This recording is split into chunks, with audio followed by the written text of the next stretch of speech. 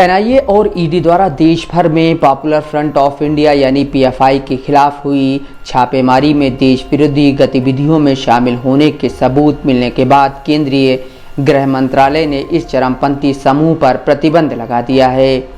जांच एजेंसियों द्वारा छापेमारी के दौरान एकत्र किए गए साक्ष्यों के आधार पर ही यह प्रतिबंध लगाया गया है। प्रतिबंध लगाने से पहले गृह मंत्रालय के अधिकारियों ने पूरी तैयारी की ताकि प्रतिबंध को चुनौती दी जाए तो सरकार का पक्ष कमज़ोर न पड़ने पाए। पीएफआई के खिलाफ सालों से बैन की मांग करने वाली सूफी खानका एसोसिएशन ने इसका स्वागत किया है। एसोसिएशन के राष्ट्रीय अध्यक्ष सूफी मोहम्मद कौसर हसन मजीदी ने गृह मंत्रालय के इस कदम का स्वागत करते हुए उनका धन्यवाद किया है।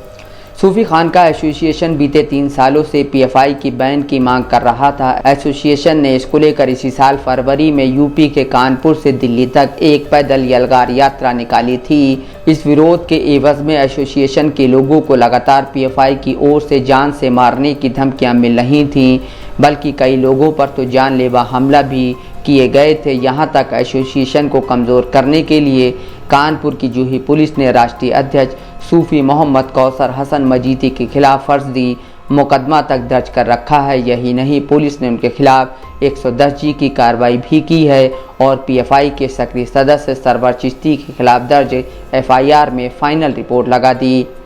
प्रतिबंध से पहले 22 सितंबर को जांच एजेंसियों ने 15 राज्यों में पीएफआई के खिलाफ छापेमारी की थी। एजेंसियों को आतंकी गतिविधियों में पीएफआई की संलिप्तता के पुख्ता सबूत मिले थे। इसके आधार पर ही प्रतिबंध लगाया गया है।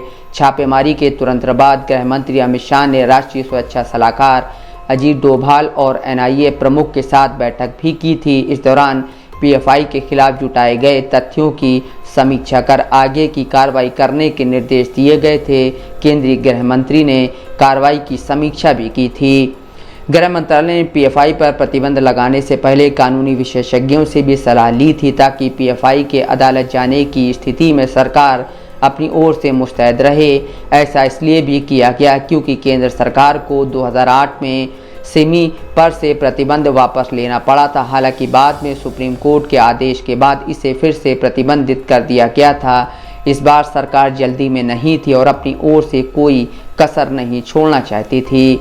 यूएपीए की धारा 35 के तहत केंद्र सरकार के पास किसी संगठन को आतंकी संगठन घोषित करने का अधिकार केवल तभी होता है जब वह मानता है कि वह आतंकवाद में शामिल है। कानून कहता है कि किसी संगठन को आतंकवाद में शामिल माना जाएगा यदि वह आतंकी घटनाओं में लिप्त पाया जाता है, आतंकवाद को बढ़ावा देता है, लोगों को आतंकवाद के लिए तैयार करता है।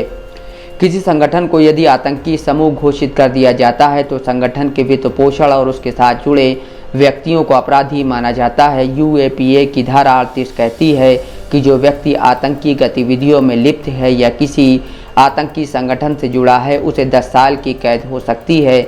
उन व्यक्तियों को प्राविधान से छूट है जो संगठन को आतंकी संगठन घोषित किए जाने से पहले इसके सदस्य रहे हैं।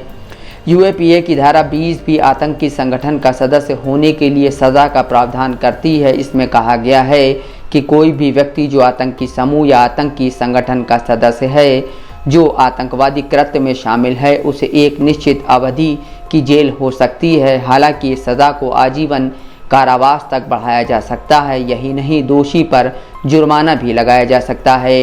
यूएपीए की धारा 24A के तहत आतंकवाद में लिप्त संगठन की आय को जब्त करने का भी प्रावधान है। प्रतिबंधित संगठन केंद्र सरकार के पास प्रार्थना पत्र डालकर कार्रवाई की समीक्षा किए जाने की गुहार भी लगा सकता है। फिर एक समीक्षा समिति नियुक्त की जाती है जिसकी अध्यक्षता किसी उच्च न्यायालय के मौजूदा या पूर्व न्यायाधीश करते हैं।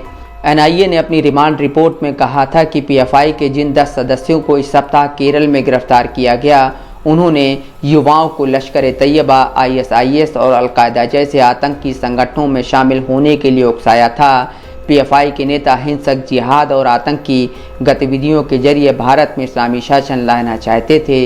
इतना ही नहीं, पीएफआई के सदस्य विभिन्न समुदायों के बीच वैमनस्य फैलाने का काम भी कर रहे थे।